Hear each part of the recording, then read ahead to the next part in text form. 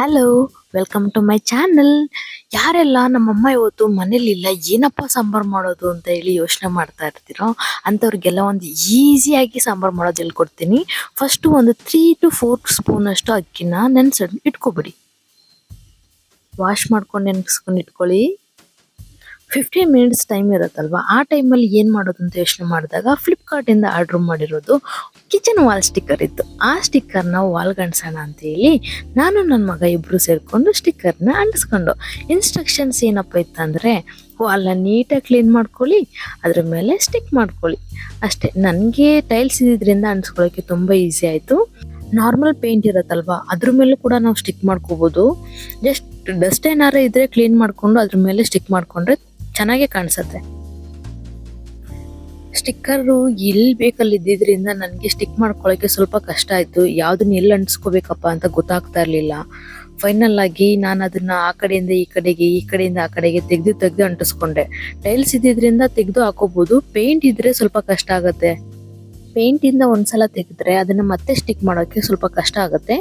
Think ಮಾಡಿ ಮುಂಚೆನೇ ಯೋಚನೆ ಮಾಡಿ ಯಾವುದನ್ನ ಎಲ್ಲ ಹಾಕ್ಬೇಕಂತ ಆಮೇಲೆ ಅಂಟಿಸ್ಕೊಳ್ಳಿ.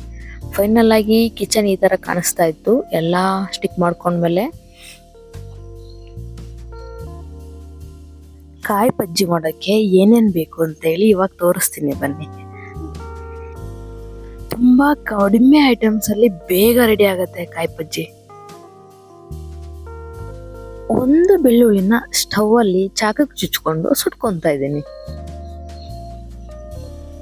1 ಬೌಲ್ ಅಷ್ಟು ತೆಂಗಿನಕಾಯಿ ತಗೊಂಡಿದ್ದೀನಿ, ಮತ್ತು ನೆನೆಸಿಟ್ಕೊಂಡಿರೋ ಅಕ್ಕಿ, ಅದನ್ನೆಲ್ಲ ಮಿಕ್ಸಿ ಜಾರ್ಗೆ ಹಾಕೊತೀನಿ. ಇವಾಗ ಒಂದು 3/4 ಟೀ ಸ್ಪೂನ್ ಅಷ್ಟು ನಾನು ಜೀರಿಗೆ ಹಾಕೊಂಡಿದ್ದೀನಿ. ಆ ವಿಡಿಯೋ ಸ್ಕಿಪ್ ಆಗಿದೆ. ಅದ್ರ ಜೊತೆಗೆ ಸ್ವಲ್ಪ ಖಾರ ಪುಡಿ ಹಾಕ್ಕೊಂಡು, ಸ್ವಲ್ಪ ಕರಿಬೇವು ಹಾಕಿ, ಸ್ವಲ್ಪ ನೀರು ಹಾಕಿ ಮಿಕ್ಸಿ ಮಾಡಿಕೊಂಡ್ರೆ ಆಯಿತು. ಇಷ್ಟೇ. ಇದಕ್ಕೆ ಯಾವ ಒಗ್ಗರಣೆನೂ ಬೇಡ, ಏನೂ ಬೇಡ.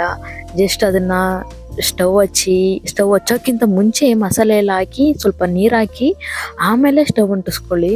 ಯಾಕಂದರೆ ಬೇಯಬೇಕಾದ್ರೆ ಸ್ವಲ್ಪ ತಳ ಇಟ್ಕೊಳ್ಬಿಡುತ್ತೆ. ಇದು ಸ್ವಲ್ಪ ಬೆಂದಮೇಲೆ ಅದು ಸಾಲ್ಟ್ ಹಾಕಿದರೆ ಮುಗೀತು. ಇಷ್ಟೇ ಸಾಂಬಾರಿದು, ಬೇರೆ ಏನು ಮಾಡಬೇಕಾಗಿಲ್ಲ. ಸಾಲ್ಟ್ ಹಾಕ್ಕೊಂಡು ಮುದ್ದೆ ಜೊತೆ ಊಟ ಮಾಡಿದರೆ ಸೂಪರಾಗಿರುತ್ತೆ. ಒಂದು ಸಲ ಟ್ರೈ ಮಾಡಿ ನೋಡಿ.